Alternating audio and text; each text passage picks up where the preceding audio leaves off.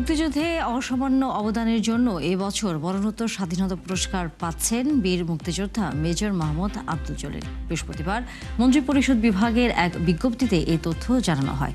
বীর মুক্তিযোদ্ধা মেজর জলিলের জীবনের গুরুত্বপূর্ণ ঘটনাসমূহের কথা আমরা জানবো আমাদের সহকর্মী আরিফুল হকের কাছ থেকে। আমরা ফিরব দর্শক এই প্রতিবেদনের জন্য। তার আগে এরই মধ্যে আমাদের সাথে অতিথিরা যুক্ত হয়েছেন, তাদের সাথে কথা বলে আসি। আমরা যুক্ত হয়েছেন আমাদের সাথে মিজানুর রহমান খান বীর প্রতীক এবং একই সাথে থাকছেন আমাদের সাথে সিনিয়র সাংবাদিক আমিরুল ইসলাম কাগজি।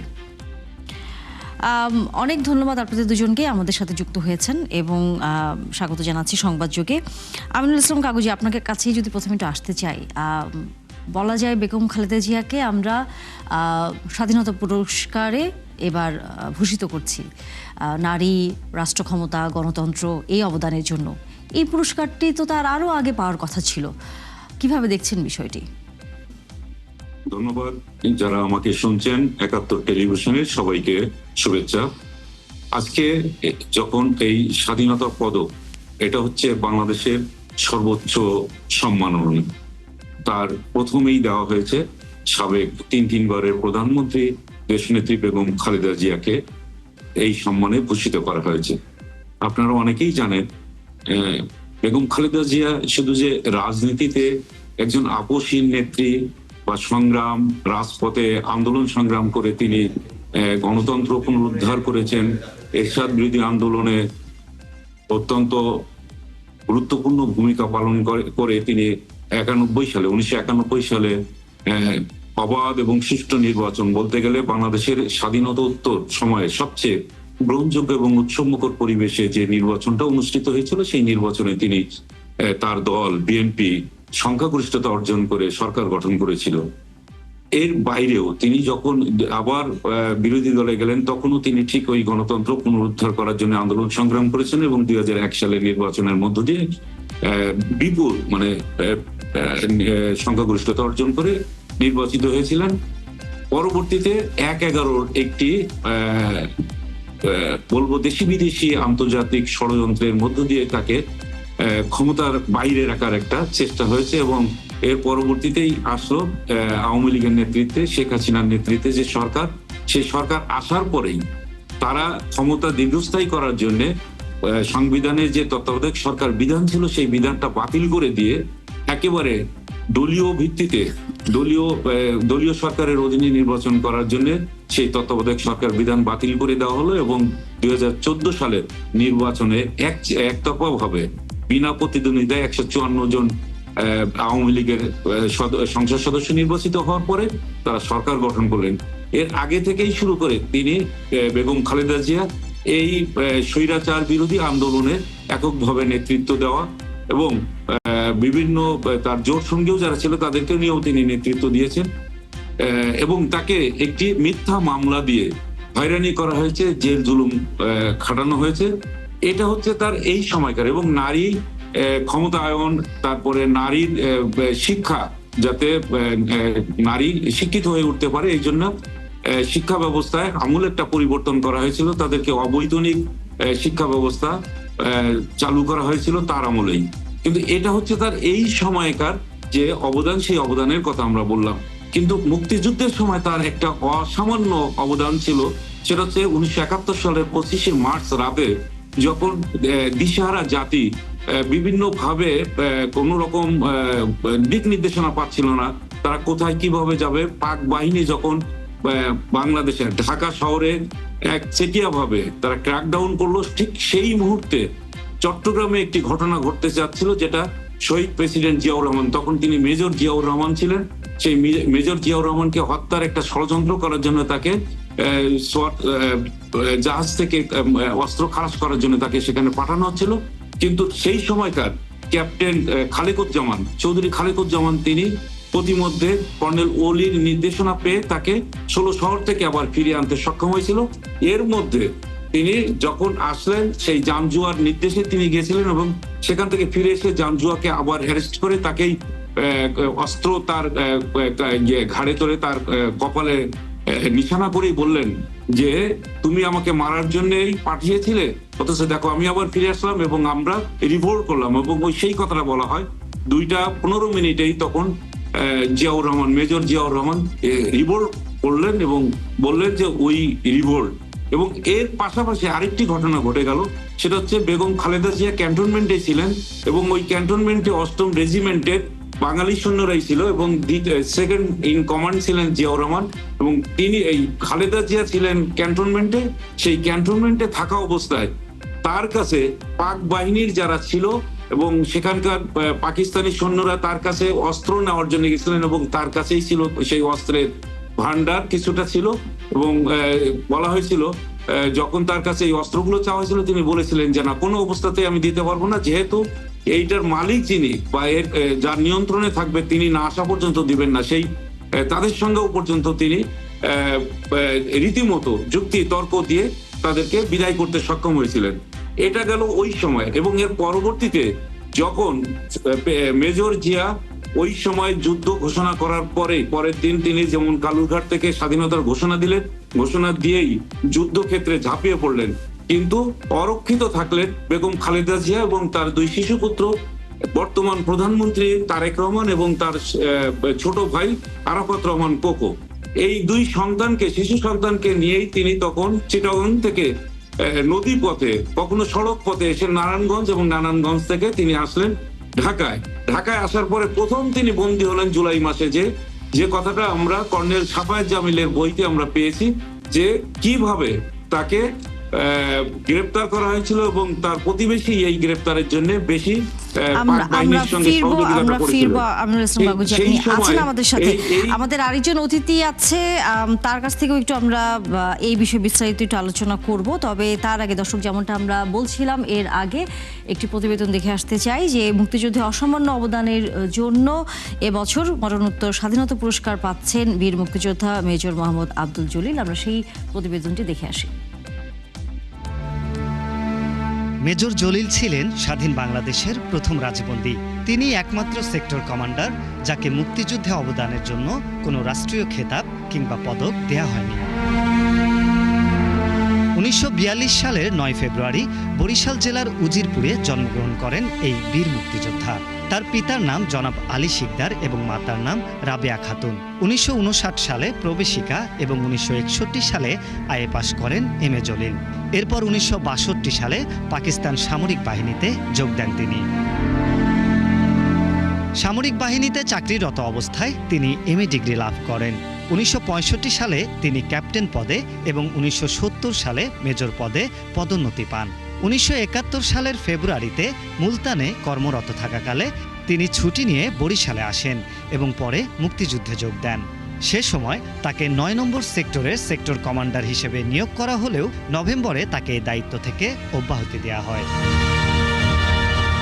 1972 সালের অক্টোবরে জাতীয় সমাজতান্ত্রিক দল জাসদ গঠনে মেজর জলিল অগ্রণী ভূমিকা রাখেন। তবে 1973 সালে জাতীয় সংসদ নির্বাচনে 7টি আসনে প্রতিদ্বন্দ্বিতা করলেও কোনোটাতেই জয়লাভ করতে পারেননি তিনি।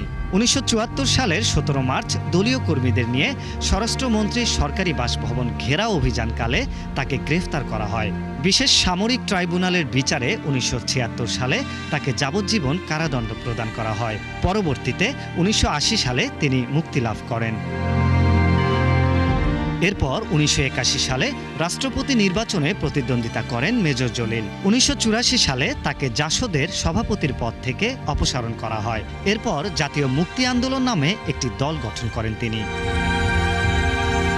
বেশ কয়েকটি গ্রন্থ রচনা করেছেন মেজর জলিল। তার লেখা অরক্ষিত স্বাধীনতাই পরাধীনতা বইটিকে মুক্তিযুদ্ধের ইতিহাসের অন্যতম দলিল হিসেবে ধরা হয়। এই গ্রন্থে তিনি দেশের তৎকালীন রাজনৈতিক ও সামরিক পরিস্থিতি নিয়ে খোলামেলা আলোচনা করেছেন। 1989 সালের 19 নভেম্বর মৃত্যুবরণ করেন এই বীর মুক্তিযোদ্ধা। আরিফ হক, 71। দর্শক, আমরা আমাদের সহকর্মীর প্রতিবেদনটি দেখছিলাম। এই বিষয়ে আমরা কথা বলতে চাই। যুক্ত আছেন আমাদের সাথে আরেকজন অতিথি, মিজানুর রহমান খান, বীর প্রতীক, বীর মুক্তিযোদ্ধা। ধন্যবাদ আমাদের সাথে যুক্ত হয়েছেন মিজানুর রহমান খান। একটু আপনার কাছ থেকে একটু জানতেই চাই যে এই আরেক বীর মুক্তিযোদ্ধাকে আমরা স্বাধীনতা পুরস্কার দিতে পারিনি এবং একই সাথে এতটা বছর আমাদেরকে অপেক্ষা করতে হয়েছে, যেমনটা আমরা বেগম খালেদা জিয়ার সম্পর্কেও আলোচনায় আমরা দেখছিলাম যে দেশের জন্য অবদানের কারণে তাকেও এত বছর পর আমাদের এই সম্মানে তাকে ভূষিত করতে হয়েছে। এই বীর মুক্তিযোদ্ধা মেজর মোহাম্মদ আব্দুল জলিলকেও আমাদেরকে এত বছর অপেক্ষা করতে হয়েছে। প্রথমত বিষয়টি আপনি কিভাবে দেখছেন, এবং দ্বিতীয়ত যে এইভাবে যে মুক্তিযোদ্ধাদের বারবার পক্ষপাতিত্বের ভিতরে ফেলে দিয়ে এক ধরনের তকমা লাগিয়ে যে দূরে সরে রাখানো যে প্রক্রিয়াটি আমরা এত বছর দেখেছি, সেখানে যাতে সামনের দিনগুলোতে আর না হয়, আপনার কি পরামর্শ থাকবে?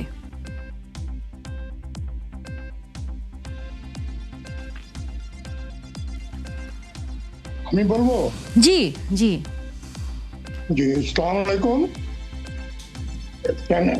৭১ টিভির সকল কর্মীদেরকে আমার অভিনন্দন। একটা গুরুত্বপূর্ণ বিষয়ে আপনারা আলোচনা করছেন। এখানে বেগম খালেদা জিয়া সম্পর্কে আপনারা বলেছেন। বেগম খালেদা জিয়ার আমি একটা বই লিখেছি, ৭১-এ এক বিন্দু শিশির। এই বইতে তখনকার ঘটনাগুলো লিখিত আছে। মুশকিল হলো কি, আমাদের দেশে মুক্তিযুদ্ধকে চর্চা করতে দেওয়া হয় নাই স্বাধীনভাবে। আমার বইটা 2019 সালে, না 2019 সালে বইটা আমি লিখেছিলাম, যেটা 19 সালের এখন পর্যন্ত আমার কাছে মনে হয় না যে বইটা নিয়ে কোনো রকম মানে মানুষের মধ্যে আগ্রহ সৃষ্টি হয়েছে। আগ্রহ সৃষ্টি করতে দেওয়া হয় নাই, যেমনটি দেওয়া হয় নাই মেজর জলিলের যে বীরত্বপূর্ণ ঘটনাবলী। উনি একমাত্র সেক্টর কমান্ডার যিনি কোনো খেতাব পান নাই। এর পিছনে আমাদের কারণটা খুঁজে বের করতে হবে। কেন? একটা আমরা স্বৈরাচারী সরকারের বিরুদ্ধে আমরা ছিলাম এতদিন, যারা মুক্তিযুদ্ধের চেতনাকে বিক্রি করে খেত, কিন্তু মুক্তিযোদ্ধাদেরকে তারা কোন রকম মূল্যায়ন করতো না। তার উৎকৃষ্ট প্রমাণ হলো মেজর জলিল, যাকে স্বাধীনতার 54-55 বছর পরে আজকে আমরা স্বাধীনতার পদক দিয়ে সম্মানিত করতে পারলাম, যেটা স্ফীত ছিল না। তাকে অনেক আগে মূল্যায়ন করা উচিত ছিল। কেন ওনাকে এটা করা হয় নাই, এটা আমরা সবাই জানি যে উনি ভারতীয় বাহিনীর যে লুটপাট, যে মানে আমাদের দেশের সম্পদ পাচার করা, এই জিনিসগুলোকে উনি ঠেকিয়েছেন, যেটা তৎকালীন সরকার পছন্দ করেন নাই। যেমনি আপনার বেগম খালেদা জিয়াকেও তৎকালীন সরকার পছন্দ করেন নাই যে ওনাকে কোনোভাবে একটু পুরস্কৃত করা যায় কিনা। যিনি প্রথম নারী মুক্তিযোদ্ধা, আমাদের জানা মতে তিনি প্রথম রিভোল্ট করেছেন, কারণ আপনার ওই ৮ নম্বর যে ব্রিগেড ছিল, সেটার কমান্ডিং এ ছিলেন জানজুয়া, মেজর জিয়া ছিলেন সেকেন্ড ইন কমান্ড। তাকে মারার যে চক্রান্ত করা হয়েছিল, তারপরে উনি তো মেজর কর্নেল জানজুয়াকে ধরে নিয়ে আসলেন। কিন্তু মেজর জিয়ার এই যে ঘটনাগুলো, এগুলোকে ভুলভাবে এতদিন প্রচার করা হয়েছে। এতদিন বলা হয়েছে ওনাকে, উনি গিয়েছিলেন সোয়াত জাহাজ থেকে অস্ত্র খালাস করতে, কিন্তু ওনাকে পাঠানো হয়েছিল ওনাকে হত্যা করার জন্য। তো মুক্তিযোদ্ধাদের এইভাবেই অবমূল্যায়ন করা হয়েছে বারবার। আজকে দেখেন মেজর যতজন সেক্টর কমান্ডার ছিলেন, শুধু তাকে কেন বাদ দেওয়া হলো? তবে এটা আমাদের কাছে খুব ভালো লাগছে যে উনি এতদিন পরে অন্তত এই স্বাধীনতা পদক পেয়ে আমাদেরকে, মুক্তিযোদ্ধাদেরকে সম্মানিত করেছেন। আজকে উনি বেঁচে নাই, আমরা ওনার রুহের মাগফিরাত কামনা করছি। ধন্যবাদ। অবশ্যই। আমিনুল ইসলাম কাগজি, আপনার কাছে একটু ছোট করে শেষ প্রশ্ন। আসলে আমাদের মনে হয় অতিথি একজন এই মুহূর্তে সংযুক্ত নেই। মিজানুর রহমান খান, আপনার কাছে আবার যদি একটু আসি, সেটি হচ্ছে এই যে সেটি হচ্ছে যে আমরা বরাবরই প্রতিবারই দেখি মুক্তিযোদ্ধাদের তালিকা নিয়ে এক ধরনের গরমিল হয়। প্রকৃত মুক্তিযোদ্ধা বলা হয়, ভুয়া মুক্তিযোদ্ধা বলা হয়, এরকম করে তালিকা তৈরি করা হয় এবং আমরা প্রতিবারই দেখি যে এই তালিকা নিয়ে গরমিল থাকে। এবারও হয়তো বা তালিকা তৈরি হবে, এবারও হয়তো বা আমরা দেখব তালিকাভুক্ত তালিকাবাদ এরকম একটা প্রক্রিয়ার মধ্যে হয়তো যাবে। কিন্তু এই বিষয়টি নিয়ে কেন আমরা একটা কোনো সঠিক পর্যায় পর্যন্ত যেতে পারছি না এখন পর্যন্ত? খুব সুন্দর একটা প্রশ্ন করেছেন।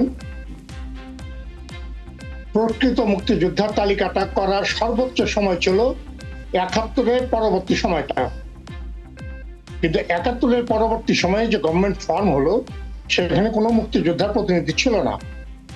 কিন্তু যারা ছিলেন, যারা মানে উদ্গ্রীব ছিলেন কিংবা ইচ্ছুক ছিলেন যে একটা মুক্তিযোদ্ধার সঠিক তালিকা করা হোক, তাদেরকেও সরকার থেকে সরিয়ে দেওয়া হয়েছে। তার উৎকৃষ্ট প্রমাণ তাজউদ্দিন সাহেবকে। তাজউদ্দিন সাহেব চাচ্ছিলেন মুক্তিযোদ্ধাদেরকে একটা প্রাইড ফোর্স করার জন্য, যেটা তাকে করতে দেওয়া হয়নি। সেটা যদি করা হতো তাহলে প্রকৃত মুক্তিযোদ্ধার তালিকাটা আমরা পেয়ে যেতাম। আজকে আপনি দেখেন, আমি গত দুই দিন আগে একটা meeting a major Hafizuddin Ahmed সাহেবের একটা বক্তব্য শুনলাম। উনি বললেন যে আমি এলাকায় গেলে বহু মুক্তিযোদ্ধা আমাকে সম্বর্ধনা জানাতে আসে, আমি তাকিয়ে দেখি তাদের মধ্যে একজনও মুক্তিযোদ্ধা নাই, কিন্তু আমার তাদের সম্বর্ধনা নিতে হয়, কারণ তারা এলাকায় ভোটকে নিয়ন্ত্রণ করেন। তো আমি আশা করব যে মুক্তিযোদ্ধার তালিকাটা খুবই কঠিন। এখনো কিছু মুরব্বী লোকজন বেঁচে আছেন প্রতি এলাকায়। যদি সরকার সেভাবে আগায়, এটা সম্ভব, এটা প্রকৃত মুক্তিযোদ্ধার তালিকা করা সম্ভব। যেভাবে সম্ভব হলো স্বাধীনতা যুদ্ধের মানে বিপক্ষে যারা ছিলেন। আমরা আসলে আলোচনা এখানে শেষ করতে হচ্ছে আমাদেরকে, তার জন্য দুঃখিত। এই গুরুত্বপূর্ণ বিষয়টি নিয়ে হয়তো সামনে আমরা আরো আলোচনা করব। অনেক ধন্যবাদ মিজানুর রহমান খান, এবং একই সাথে আমিনুল ইসলাম কাগুজি, আপনাকেও। আগামীতে আবারও হয়তো কথা হবে আপনাদের সাথে। দর্শক, এই ছিল আজকের সংবাদযোগে। আগামীকাল ঠিক রাত 10টায় আবারও দেখা হবে নতুন কোনো বিষয় ও তার বিশ্লেষণ নিয়ে। ৭১-এর সাথেই থাকুন।